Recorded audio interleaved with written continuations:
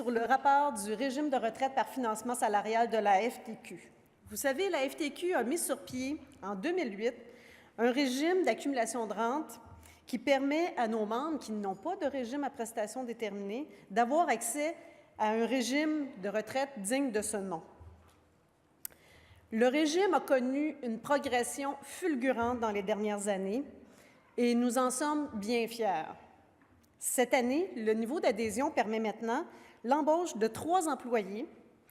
C'est quand même pas rien. Donc, depuis janvier, il y a 3 employés qui sont au service du RRFS-FTQ.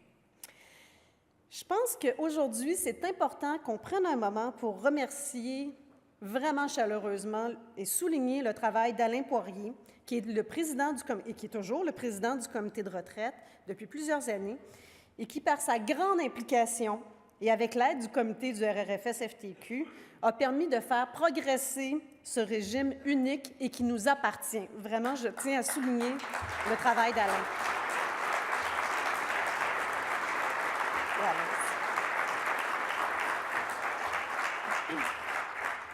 Alors que dans les années passées, c'était Alain qui faisait la présentation, aujourd'hui, on a le petit nouveau avec nous. Donc, on a le nouveau coordonnateur du régime, donc une des 3 embauches, qui va venir nous présenter les faits saillants du régime. Je dois vous dire qu'il ne s'ennuie pas trop dans son nouveau travail. Je le vois travailler assez tard le soir, même le vendredi des fois. Alors, je vous le présente. C'est Julien Desormeaux, diplômé de l'UQAM. Tu veux déjà que je m'en aille?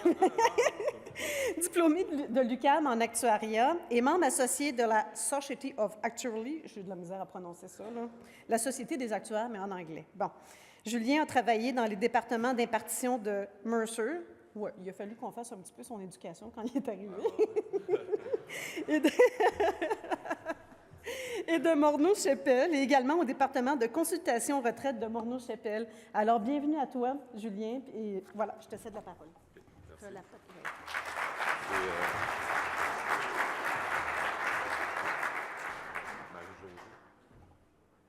On devrait être capable de se débrouiller avec cette manette-là. Bon matin à tout le monde. Merci à Marie-Josée et aux organisateurs de laisser la place au RFS. Là, puis je pense même que c'est la place privilégiée, là, juste avant le panel des experts. Donc voilà, le régime de retraite par financement salarial de FTQ. On commence. Qu'est-ce que le RFS-FTQ? Ah, merci. Premièrement, l'acronyme, les lettres RRFS, c'est pour Régime de retraite par financement salarial. C'est un régime qui est en vigueur depuis le 1er juin 2008. Au départ, il n'y avait qu'une centaine de participants dans le régime. Les employeurs de tout le secteur industriel peuvent adhérer au RRFS-FTQ à une seule condition, c'est qu'ils soient sous juridiction québécoise. Ce n'est pas possible pour l'instant d'avoir des employeurs de juridiction fédérale qui adhèrent à notre régime. Ensuite, la rente du participant est promise. Elle ne serait jamais réduite là, suite à des mauvais rendements sur les marchés de retraite, par exemple. C'est un régime multi-employeur qui compte 160 groupes réunis sous 106 employeurs au 31 janvier 2016.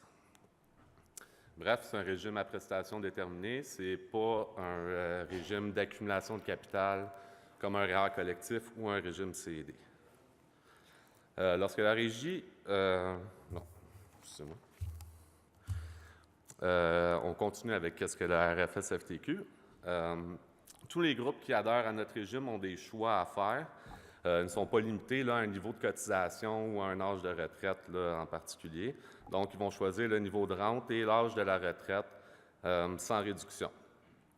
Au niveau, s'ils choisissent, la plupart du temps, ils vont plus obtenir un niveau de rente qui correspond au niveau de cotisation que l'employeur et le salarié sont prêts à cotiser.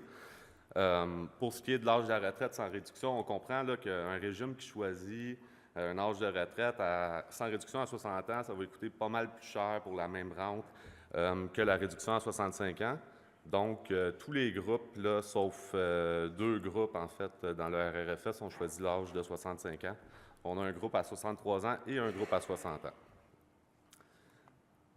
Ensuite, dépendamment de la formule de cotisation, soit que c'est en pourcentage du salaire, par exemple, 5 du salaire, bien là, on aurait un régime de type salaire-carrière. Sinon, si les cotisations sont faites sur une base forfaitaire, là, par exemple, tant de cents de l'heure ou centaines de dollars par semaine travaillée, bien là, le régime est à prestation forfaitaire. Quand la Régie des rentes du Québec, qui s'appelle aujourd'hui Retraite Québec, a mis sur pied ce type de régime, c'est important pour elle de limiter là, les risques reliés au régime à prestation déterminée. Et donc, elle a interdit que les RRFS, là, ce soit des régimes de type salaire final, là, parce qu'on comprend que, bon, projeter le salaire des participants jusqu'à la retraite, là, ça comporte une portion de risque que la Régie n'était pas à l'aise avec. Donc, le RRFS-FTQ, c'est un régime en pleine croissance. Il y a des nouveaux employeurs qui adhèrent à chaque année. Et voici la raison principale pour laquelle les employeurs sont prêts à adhérer en 2016 dans un régime à prestation déterminée. C'est que la cotisation de l'employeur est fixée, puis elle est négociée dans la convention collective avec ses employés. Et il n'y a aucun passif là, qui se retrouve aux états financiers de l'employeur. C'est donc dire là, que pour l'employeur, c'est très facile de prévoir son niveau de cotisation dans le régime. Là, par exemple, 5 de sa masse salariale. Puis, il n'y a pas de mauvaise surprise là, suite au dépôt d'une nouvelle évaluation actuarielle. Là. Il n'y aurait pas de déficit là, à financer. Donc, si ce n'est pas l'employeur qui a le risque là, sur ses épaules, on comprend que c'est les participants actifs. En fait, le solde du coût normal et le déficit, le cas échéant, est à la charge des participants actifs. Si le risque est sur les épaules des participants actifs, bien, en situation de déficit, bien, en situation de surplus, les surplus appartiennent là, exclusivement aux participants. Donc, il n'y a aucun congé là, de contribution permis à l'employeur. Lorsque la Régie a permis la création de ce type de régime de retraite, elle a exigé qu'on mette en place là, des mécanismes pour stabiliser la cotisation. Évidemment, comme c'est les employés qui se retrouvent avec le solde du coût normal et les cotisations pour régler les déficits, le cas échéant, la Régie là, était bien consciente que les employés n'ont pas la même capacité qu'un employeur à voir ses cotisations là, fluctuer d'une année à une autre. Donc, le mécanisme principal, c'est que dans la cotisation totale, on calcule tout d'abord combien coûte la rente viagère, qui est garantie et payable à l'âge de retraite sans réduction. Puis, on calcule aussi quel serait le coût d'indexer cette rente-là pendant toute la vie durante du participant, à raison de 2,25 par année. Ça, c'est l'hypothèse d'inflation utilisée par nos actuaires lors de la dernière évaluation actuarielle. Ainsi, comme je le disais, bien, la rente est garantie, mais l'indexation ne l'est pas. Cette partie-là, l'indexation, on va la donner aux participants une fois qu'on va être certain que ça ne va pas nuire à la situation financière du régime. Puis il est important de noter qu'aucune amélioration ne peut être accordée au régime tant que tous les crédits de rente passés n'ont pas été indexés, et ce, pour toutes les années et pour tous les participants, autant les participants actifs, les inactifs, ainsi que les retraités. Donc, pour permettre l'indexation, le régime doit demeurer solvable avec un surplus de provisionnement de 10 en capitalisation, incluant l'indexation future. Bref, c'est un régime avec des marges pour éviter de tomber en important déficit. La prochaine section se veut une mise à jour des données démographiques du régime. Donc, on commence avec la participation au 31 décembre de chaque année. On voit, comme je disais plus tôt, en 2008, là, au 31 décembre, il n'y avait que 361 participants. Au 31 décembre 2015, on était rendu à 9 901 participants. Puis là, je les donné les plus à jour. Au 31 janvier, 9 991. Donc, on s'approche, on frôle les 10 000 participants.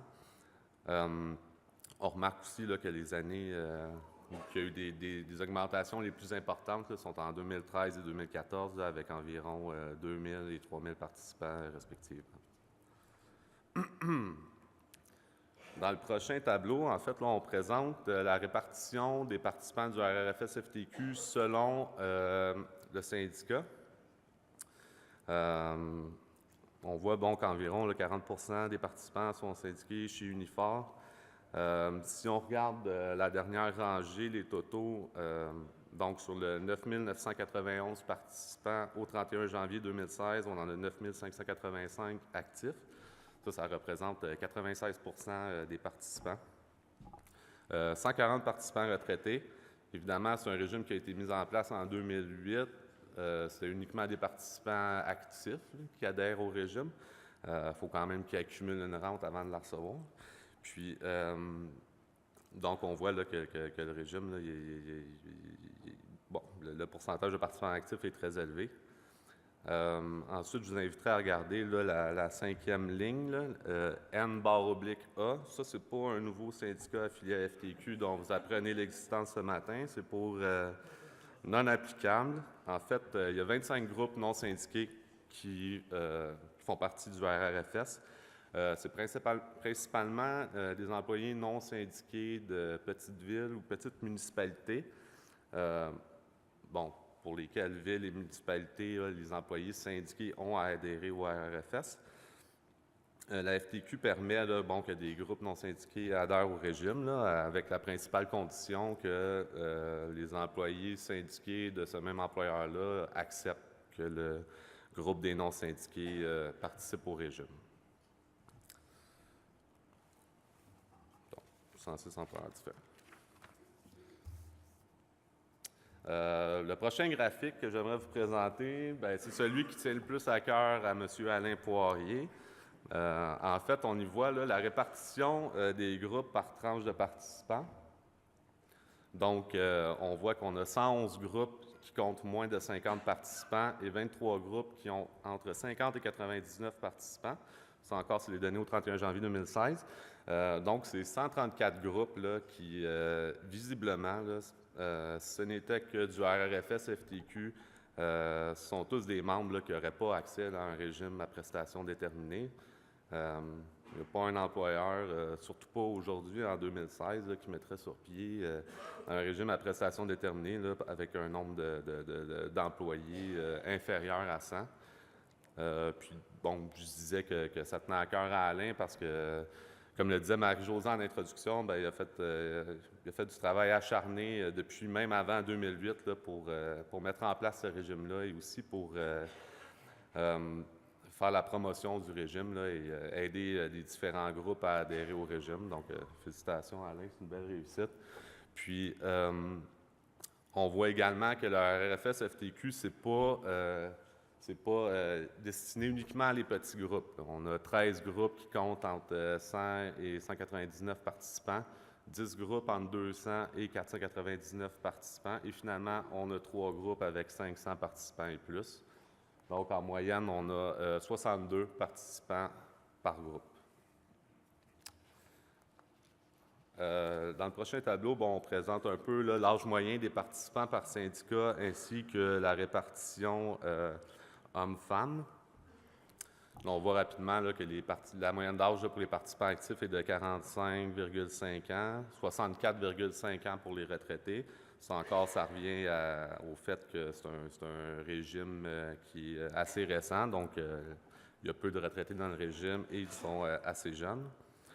Bref, au global, l'âge moyen des participants du régime est à 45,8 ans. C'est important de voir aussi, de noter la répartition hommes-femmes. 68 de nos participants sont des hommes, 32 sont des femmes. Puis, je vous dirais que la majorité de nos participantes dans le régime proviennent là, des syndicats de UES 800. Là. En fait, c'est l'Association des manufacturiers de vêtements pour hommes, là, où on retrouve le plus grand nombre de participantes. Puis, peut-être un petit point intéressant à noter, là, à part les 3 groupes syndiqués avec le SPQ, il n'y a pas beaucoup de variation là, par rapport à l'âge moyen de 45,5 ans. Où il y a plus de variation, par contre, par groupe et par syndicat, c'est au niveau de la cotisation. Comme je disais plus tôt, là, chaque régime choisit son niveau de cotisation. Donc, on peut voir, par exemple, encore une fois, les travailleurs là, des manufactures de vêtements pour hommes, là, US 800, où la cotisation salariale est de 0, la cotisation patronale est de 3 tandis que notre groupe syndiqué avec TUAC, lui, les employés cotisent à la hauteur de 7,5 et l'employeur de 10,5 donc une cotisation totale de 18 on voit qu'en moyenne, la cotisation patronale par groupe est de 5 et la cotisation salariale est de 2 donc pour un total de 7 7 ça représente environ là, une rente carrière là, de 0,77 Si la progression du nombre de participants est impressionnante, eh bien, l'évolution de l'actif de la caisse de retraite l'est tout autant.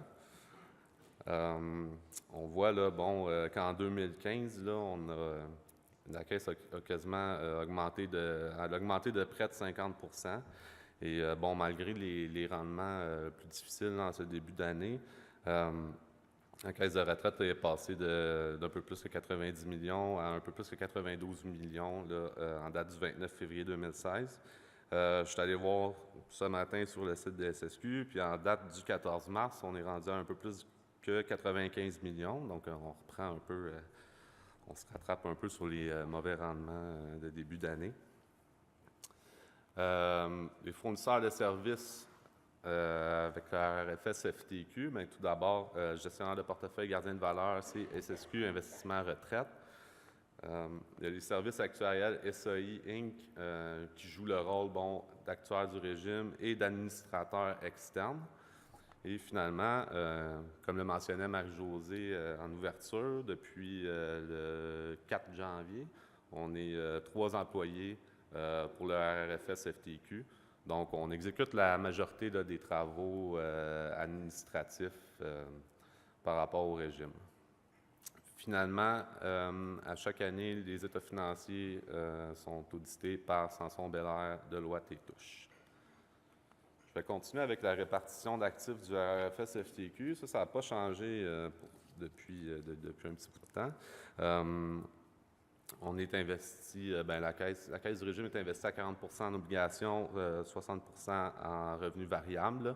Vous avez les pourcentages là, qui sont investis là, chez chacun des gestionnaires des fonds. Tous ces gestionnaires-là sont sur la plateforme de SSQ. Puis là, j'aimerais dire, pour faire face là, à la hausse des taux qui va finir par se produire, là, le comité de retraite, avec l'aide du sous-comité de placement, là, on est en train de revoir la politique de placement, là, principalement au niveau des titres à revenus fixes, de voir si c'est possible là, d'inclure peut-être d'infrastructures ou de l'immobilier là, pour espérer obtenir des meilleurs rendements que ce que les obligations devraient pouvoir nous fournir dans les prochains mois, prochaines années.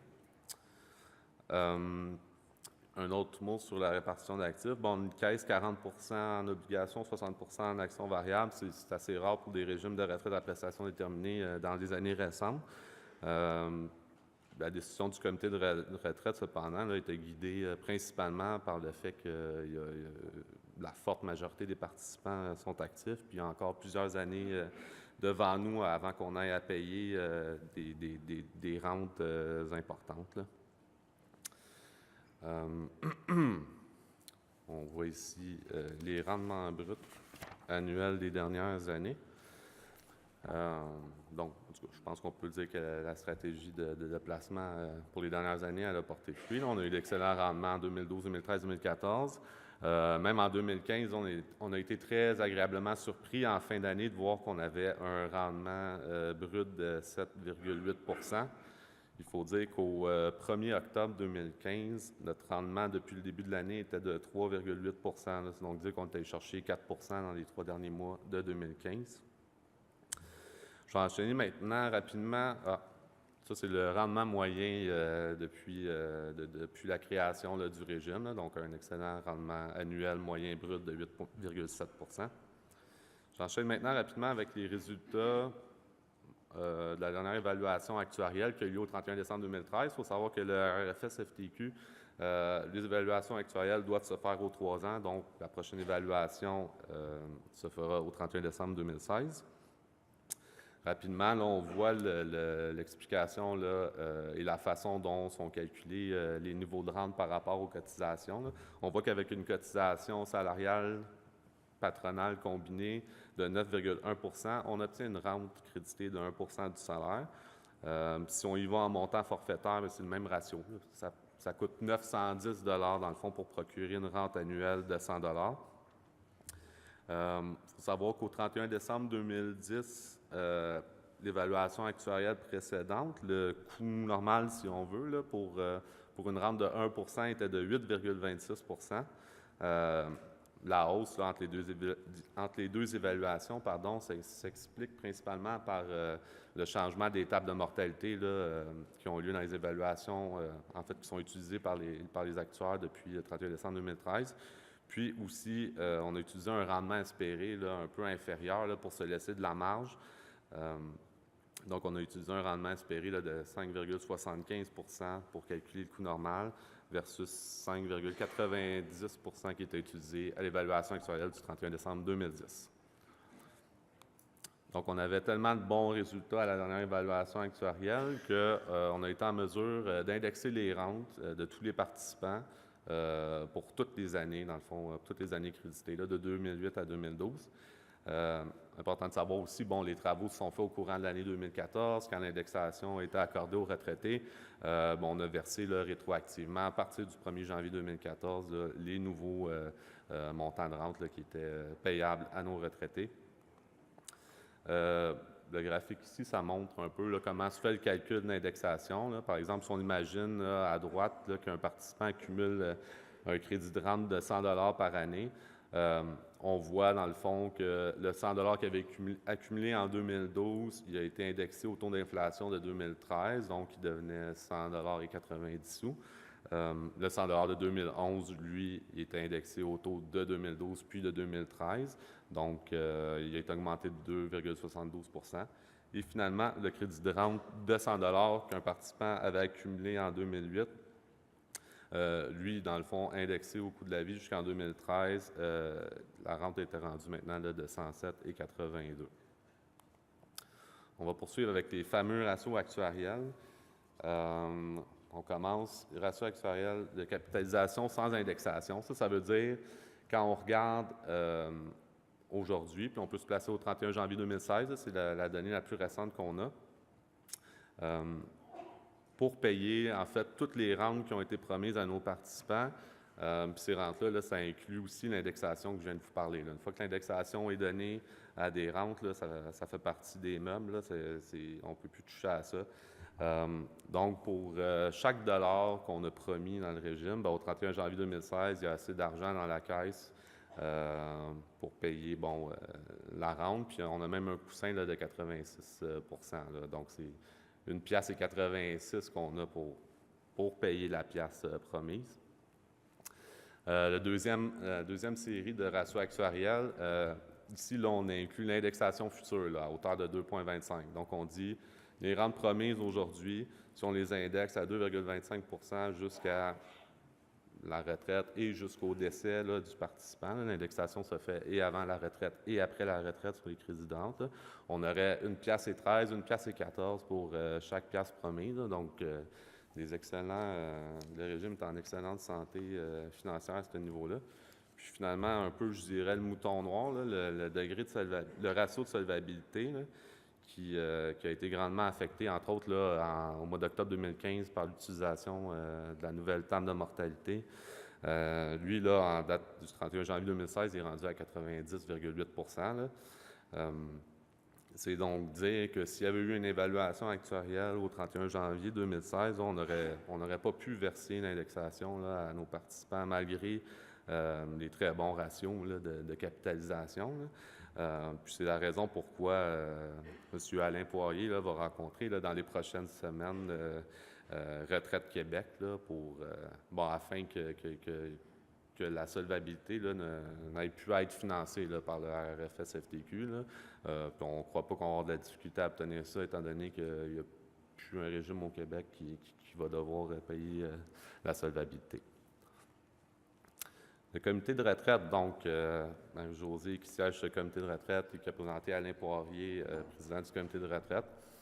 Le régime est composé là, de 9 membres qui sont nommés par la FTQ. En fait, c'est des représentants là, des principaux là, syndicats qui participent à notre régime de retraite. Bon, on voit Alain Poirier. Alain Poirier, il faut savoir, pour ceux qui ne le savent pas, c'est qu'il travaillait chez les Métallos avant, puis il a été nommé pour le syndicat des Métallos. Et quand il est parti travailler au Fonds de solidarité de la FTQ, la FTQ trouvait qu'il faisait tellement du bon travail qu'ils l'ont convaincu de rester. Et donc, il continue à occuper là, la place importante, là, malgré le fait qu'il est rendu au Fonds de solidarité FTQ. J'aimerais rajouter aussi, donc c'est ça, on a la liste des membres. Depuis l'année passée, il y a uniquement Marc Ranger qui a remplacé Sylvain Pilon. Sinon, ce sont les mêmes membres qui siègent sur le comité de retraite. Donc, c'est une belle stabilité, puis ça aide justement à promouvoir le régime, puis ça l'aide dans son expansion. Puis, je finirai la dernière là, diapositive. Là, je parlerai du dernier congrès FTQ de 2013. Là, il y avait la résolution unanimement adoptée contre les clauses de disparité de traitement, notamment en matière de régime de retraite. Mais bon, cependant, la FTQ a statué que si un employeur qui oblige ses nouveaux salariés à, en fait, qui limite l'accès ou qui prive l'accès aux nouveaux employés à son régime à prestations déterminées. Là, bon, sous certaines conditions, là, il serait possible là, que ces nouveaux employés-là, qui n'ont pas accès au régime PED de leur employeur, là, puissent adhérer dans le RRFS-FTQ. Ça fait le tour de ma présentation. Merci beaucoup pour votre temps.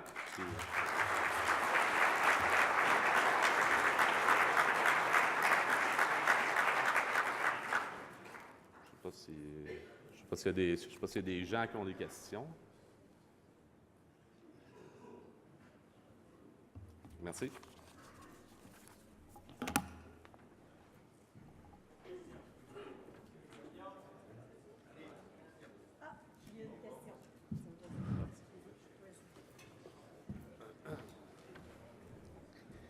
C'était ça demander que vous espériez ne pas avoir de questions.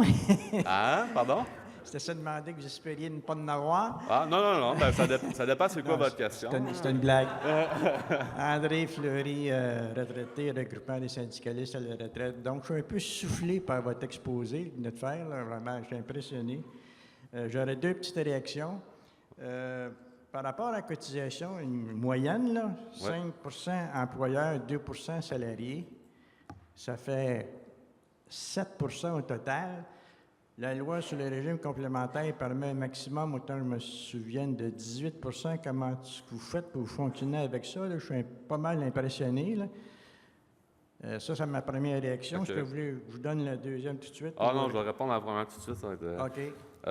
En fait, il faut savoir, d'un, que la limite de 18 ne s'applique pas là, au RFS FTQ. Là. Entre autres, il y a des groupes là, qui ont une rente là, de 2 là, crédité. Là, donc, le coût, c'est 18,2 Puis, des groupes qui choisiraient de prendre un âge de retraite sans réduction avant 65 ans, là, également aussi, on s'attendrait là, à ce que le coût soit plus que 18,2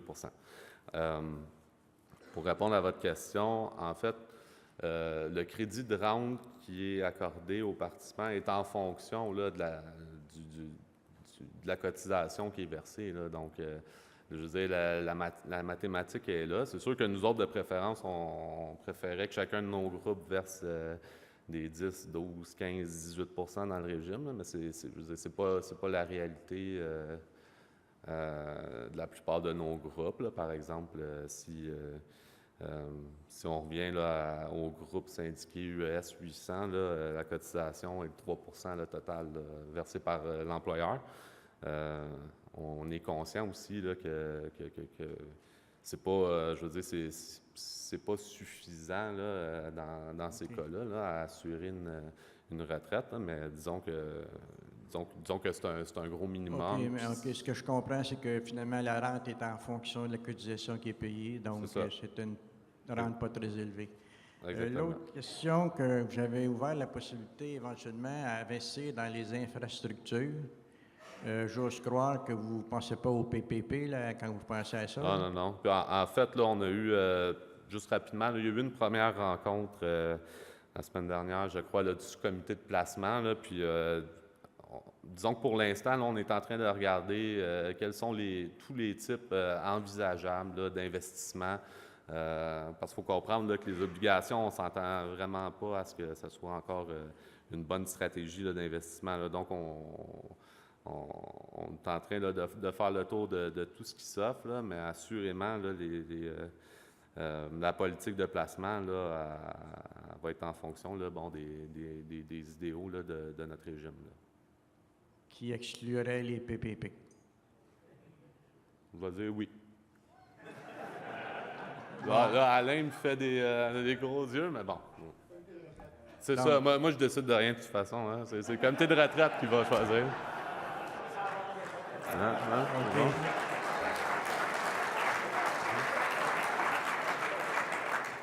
On a quand même votre position à vous, là, je comprends bien. Merci.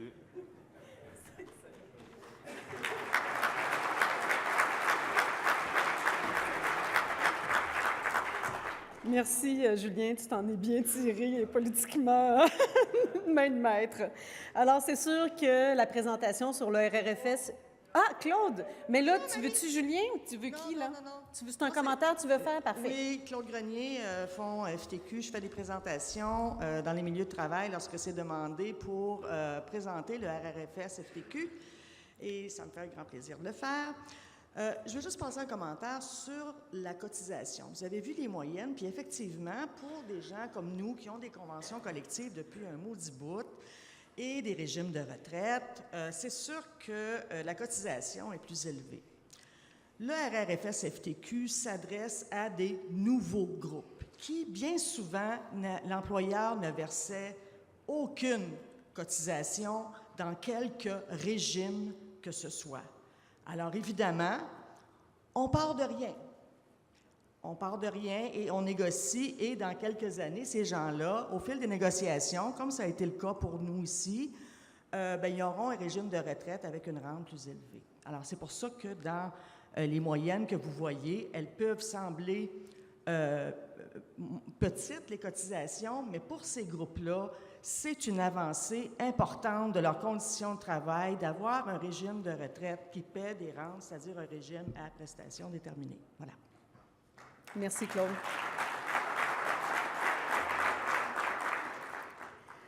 Alors, donc, je remercie Julien, mais je vous annonce aussi que le RRFS, c'est notre régime, c'est le régime de la FTQ. Je l'ai dit tout à l'heure, on en est fiers et attendez-vous à ce qu'on revienne à chaque séminaire avec le sujet du RRFS, qu'on suive à la trace le cheminement. C'est sûr qu'à chaque année, il y a l'Assemblée annuelle du régime de retraite, mais on considère à la FTQ important de vous faire un rapport de la progression de ce régime-là. Alors, on va revenir, c'est sûr, avec le sujet l'an prochain. Prépare-toi tout de suite, Julien, là, c'est sûr qu'on va faire appel à tes services.